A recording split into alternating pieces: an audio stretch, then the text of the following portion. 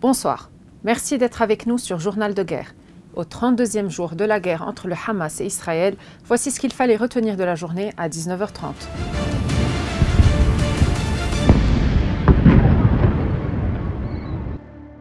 Nous commençons avec la situation à la frontière libano-israélienne.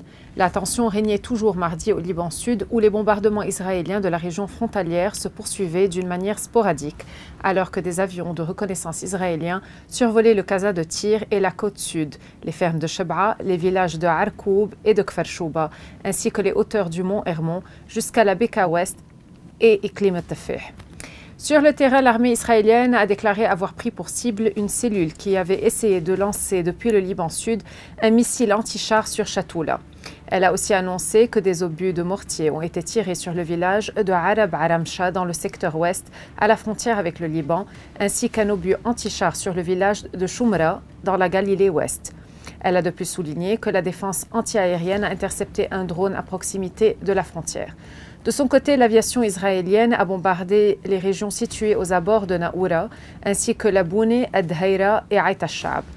Le Hezbollah, quant à lui, a bombardé Berkit Risha en Israël. Selon des informations, 2 combattants du mouvement pro-iranien auraient été tués lors des attaques mardi matin. L'émissaire américain Amos Hochstein a appelé mardi à Beyrouth à un retour au calme à la frontière sud du Liban.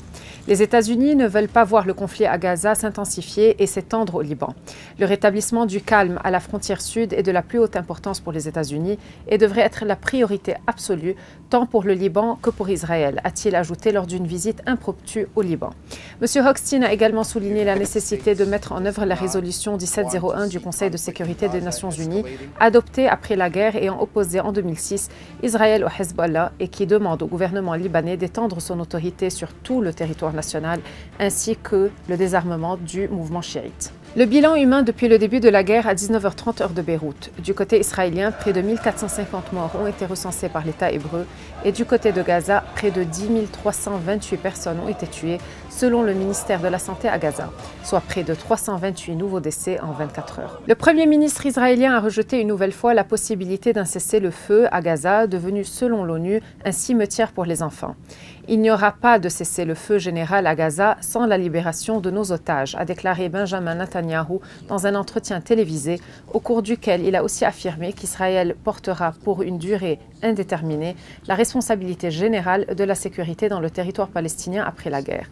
Car lorsque nous n'avons pas cette responsabilité en matière de sécurité, nous assistons à l'éruption de la terreur du Hamas, a-t-il ajouté. Les Émirats arabes unis chargent des avions cargo de matériel humanitaire en prévision de leur acheminement vers l'aéroport d'El Arish, situé dans le Sinaï. L'aide sera ensuite dirigée vers Gaza dans le but d'établir un hôpital de campagne d'une capacité de 150 lits. Merci de nous avoir suivis sur Ici Beyrouth. On se retrouve demain pour un autre résumé de la situation. Vous pouvez suivre toute l'actualité concernant cette guerre sur notre site web www.icibeyrouth.com sous la rubrique Guerre Israël-Hamas ainsi que sur tous nos réseaux sociaux.